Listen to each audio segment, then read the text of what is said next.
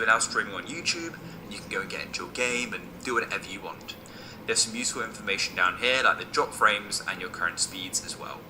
Once you've finished, click on stop streaming. It will say you'll not be able to reconnect. That's fine, I'll press yes, and now you've stopped your stream. So that's it guys. If you found this useful, then leave a like. We're going to cover how to use OBS Studio step by step in this complete tutorial for beginners. Hey, it's Justin Brown here from Primal Video, where we help you grow an audience and scale your revenue with online video. If you're seeing value in this video, make sure you're giving it a thumbs up. It really makes a huge difference. And all the links to everything I mentioned in this video, you can find linked in the description box below. Let's jump into it. So OBS Studio, or Open Broadcaster software, is a powerful and very popular live streaming software and screen recording app. It runs on Mac, Windows and Linux, and it can stream to places like Facebook Live, YouTube Live, and pretty much all the major live stream platforms. With all its great features though, it can be a little overwhelming for new users. But don't worry, this tutorial is designed to get you up and running fast and walk you through all the key settings and the steps that you need to know to host your next live stream or record your screen using OBS. All just a few minutes. Plus, I'll also share with you some low-cost resources or tools that work great with OBS along the way, like how to get a cool animated title when you're ready to take things even further. Okay, so here we are in OBS. I'm going to take you through this through using a Mac, but the process is exactly the same if you're on PC as well. And this is a brand new, fresh install of OBS, so this is what you'll see if you've never opened the app before. This big black box here in the middle is your preview area. This is where you can see what it is you're going to be broadcasting out. Down the bottom here, we've got our controls. This is where we can start streaming, start recording. We can switch between this preview mode and studio mode. So if I press on this now, you can see that we have our program monitor, which is what we're pushing out. This is exactly the same as what you were seeing before. But now we've actually got a preview as well. Now it's a little confusing because the other one's called preview mode and this is the preview here. But essentially we can queue things up on this side, and then when we press this transition button, then it will actually send it live. So if you're going to be moving graphics and those sorts of things around, if you want to not be doing it while you're live, or the viewers aren't watching what you're doing while you're live, then you use this mode, studio mode, to have that ability. For me personally, if I don't need that while I'm live, I'm going to go back to the regular mode with just the one big preview window. But this is something you can switch between while you're live. The next one down here is the settings button. This will bring up all of the settings for OBS. Yeah, I'm gonna get another monitor. Very shortly. Exit. It's pretty obvious. It's going to exit the app. Down the bottom here is pretty cool. You can actually see your CPU usage, so you can see if your computer is under load and you're potentially dropping frames or having a bad live stream if your computer is under too much stress. You can see all of that at a glance down the bottom here. You can also easily see how long you've been live for or how long your recording has been going for as well. The next panel along is your transition panel. This is where we can adjust the different types of transitions we have between the different scenes. We'll get to scenes in a minute, but know that you can adjust your transitions here, or if we're back on our studio mode, your transitions are also in the middle here as well. Let's get back to preview mode. The next one across here is your audio mixer. This is where you can easily see and adjust your volume levels for each of the different elements you're going to have in your live stream, or each of the different sources you're going to have in your live stream. And next to that, we've actually got our sources. Show me the output. This is where we can add in all of our webcams, images, videos, websites, or anything we want to actually include and use in our live streams. And the next one across here is your scenes panel. Now this is essentially we can have groups of assets or different configurations for different elements or different sections of your live streams. So you might have a scene set up for just a full screen image of you on screen. The next scene might be your computer screen that you're sharing. And you might have another scene for you with some text on screen. And as like almost every program out there, you've also got your standard menus and options and stuff across the top here as well. So that's the overall interface. Let's jump into getting OBS set up. So come down the bottom here to settings. Now, a lot of the settings in here are going to be personal preference and also going to come down to the type of live stream or the type of recording you're actually going to do. Things like how it looks, the theme, whether you want dark mode enabled or you want some other theme in here, then obviously that's personal preference. Likewise with some of these output confirmations here, things like being able to show a confirmation dialog box when you're starting a stream or showing one when you're stopping a stream. This is what I'll normally have on, like, are you sure you want to stop the stream? A little pop-up asks you if you want to confirm that. I'll normally have this one on, and the same for stopping recording as well, just in case it accidentally gets knocked. You don't want to stop streaming, you don't want to stop recording, at least you've got a confirmation box here to maybe save you in that case. So for me personally, those two are the main ones that I'll add on this window, but I would suggest that you have a scroll through this section and just see if there's anything that stands out to you, maybe at a later stage once you've gone through and set everything up, that you can then add this further level of refinement to customize things up for you. Okay, so that's the general settings. The next one down is your stream settings. Now this is where we get to choose our streaming service, whether it's Twitch, whether it's YouTube, Facebook. So these are the primary ones here. If we actually hit on show all, it brings up a massive list of all the supported live streaming platforms. So we're going to go ahead and select YouTube RTMP. Then we need to paste our stream key into this box, our unique key for our specific live stream. So I'll go over to our YouTube channel, grab the key. We'll come down here to stream key here. We'll hit copy, and we'll go back over to OBS and paste our stream key into that box there. Next, we're going to come across to output. Now, this is where we get to specify our output settings for our live streams, but also for our recording as well. So for configuring up our live stream, we need to specify a video bitrate. The default here, 2,500 kilobits per second, would be okay for a 720p stream. But with this number, 2,500 kilobits per second, the higher we go with it, we went to 3,000, 3,500 or 5,000, the higher we go with it, the higher the quality of the stream we're going to push through to YouTube or whichever platform we're broadcasting to. But it also means that our internet speed, our upload speed, needs to be capable of consistently pushing that amount of data through to our broadcasting platform. Now, I'll link this page down in the resources below, but this is where YouTube suggests which bit rates you should be looking at for the different resolutions. So this page tells us if we want to broadcast live to YouTube at 720p, the video bitrate range should be between 1,500 and 4,000 kilobits per second. If we're doing a 1080p stream, that needs to be 3,000 to 6,000 kilobits per second. Now we can go above, but you really don't want to be going below these numbers for a decent looking reliable stream. So in this case here we're going to be doing a 1080p live stream through to YouTube. So I'm going to set this to 5,000 kilobits per second because I know my internet speed is good enough. So that's the video quality. We can also make changes to the audio quality here as well. Now I would recommend that you're not going less than 128. The default here was 160. That's going to give you pretty good results. 192 right up to 320 will give you higher quality audio. So if you're going to be broadcasting live with music and those sorts of things and you want to have the highest quality through, then you're going to want to pick a higher quality bitrate for your audio as well.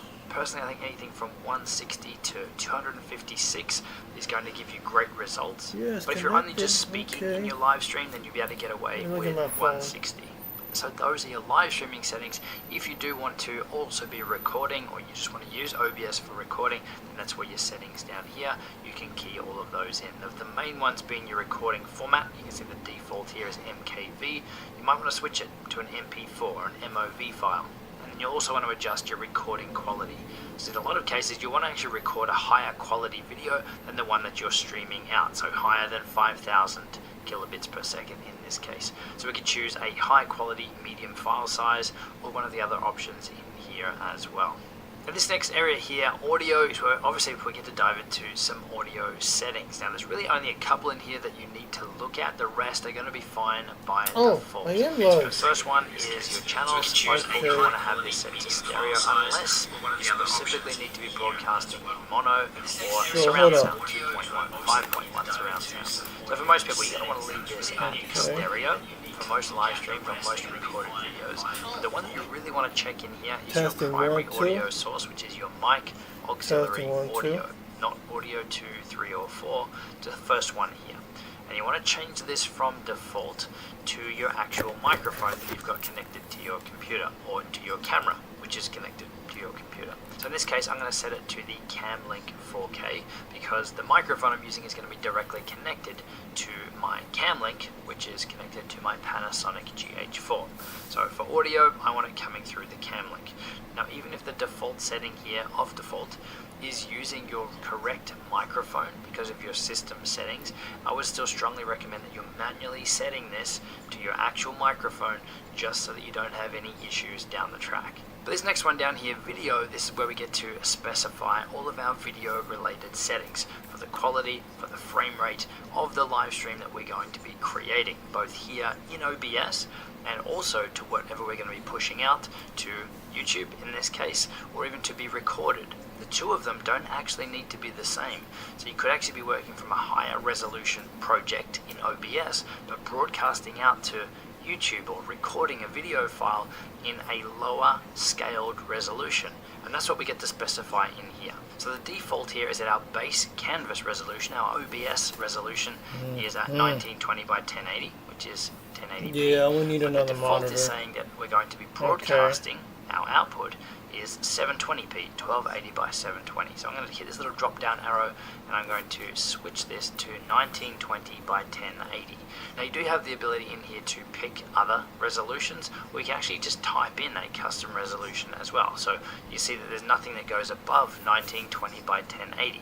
But if you want to broadcast in 4K, then you could actually type in the resolution numbers for 4K and you would be good to go. So we're going to go 1920 by 1080. And we're going to leave our frame rate here at 30 frames per second. This next one down, hotkeys, is where we can set up shortcut keys to be able to control OBS. So we can create our own keyboard shortcuts to do things like start or stop streaming, start or stop recording, or a heap of the other functions that you've got inside of OBS as well. So this is something that's not necessary, but it can really streamline the way that you're able to control and configure everything up and run your live stream while you're actually live. And down here under advanced, you guessed it, there's a lot more advanced settings in here. I would say the one that I do check here and make sure is selected is to automatically reconnect. So if for whatever reason your internet drops out, that it is actually going to automatically attempt to reconnect and to restart your stream with this setting enabled. So we're going to go ahead now and select OK. And now we're going to go ahead and set up our scenes for our live streams. So we've already got one default scene that's added down the bottom here because there always has to be at least one that's created. And we're going to rename this one, right click on it and choose rename. Let's call this main camera. Now for this main camera, we're now going to need to specify which sources we want to have used, which cameras we want to have used in this scene of main camera. So we're going to go ahead and press the plus button. We're going to choose video capture device. Now, a video capture device is any camera, any webcam that you've got connected to your computer. So we're going to pick video capture device. We can give it a name here. Let's choose Camlink 4K and go OK. And now we're going to specify which camera we're going to link to this video source. So you can see I've got the choice of my built-in webcam, the Logitech Brio webcam, a GH5. Currently don't have connected, but it is installed, and the Camlink 4K, which is the one that I want to use. So selecting it, there we are, works, I'm on camera.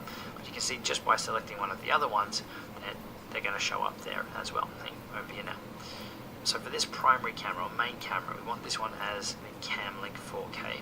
And you can see that the preset here, or the default setting for it, is 1280 by 720. Now we've already told OBS that we want our canvas size to be larger than that at 1080p. So in this case, I'm going to make it bigger by selecting high, because that's the actual setting that I've set in the Camlink to be at 1080p, knowing that it's going to match here. So for you, you'll either pick high or you'll pick the resolution that you want to have as your camera resolution. Once that's done, we're going to go OK. And you can see here that we have Camlink here added under main camera scene. And we also have the audio bars here working so that we can see that the audio piece is working as well. Now inside of each scene, you're not just limited to one camera or one video or one audio input. You can actually have multiples. We can come back in here and we can add in our other webcam. If we go to add a video capture device, let's name it webcam, go OK. Now let's select the Logitech Brio, and again make it the high setting, and go OK. You can see that we actually now have two, and we can actually turn them on and off all within the one scene. So for a really basic setup, you could get away with just one scene setup, and you're just switching between the different camera angles and things just by turning the layers or the inputs on and off. And you can actually change the hierarchy of them, so you can pick them up, you can move them around. So you could create a basic stream. I want to this know, way. why am I But listening where this does become more to complicated is if you've got lots of different YouTube layers or through lots my of different headset? inputs in there that you want to be switching shouldn't. between a couple of different screen shares, a couple of different cameras. If you're then trying to switch between things while you're live, it's likely you could be clicking the wrong one. Overwhelmed with all the settings. That's where scenes become really powerful. So we can have one scene just for our main camera, then we might have a scene for a screen share, we might have a scene that we cut to for playing a video animation or something like that. So that's what we're going to go ahead and get set up now. So I'll remove this webcam here, hit the minus, and let's go. Are you sure you to remove? Yes. Let's add a new scene, and let's call this webcam. Let's again add in that video capture device.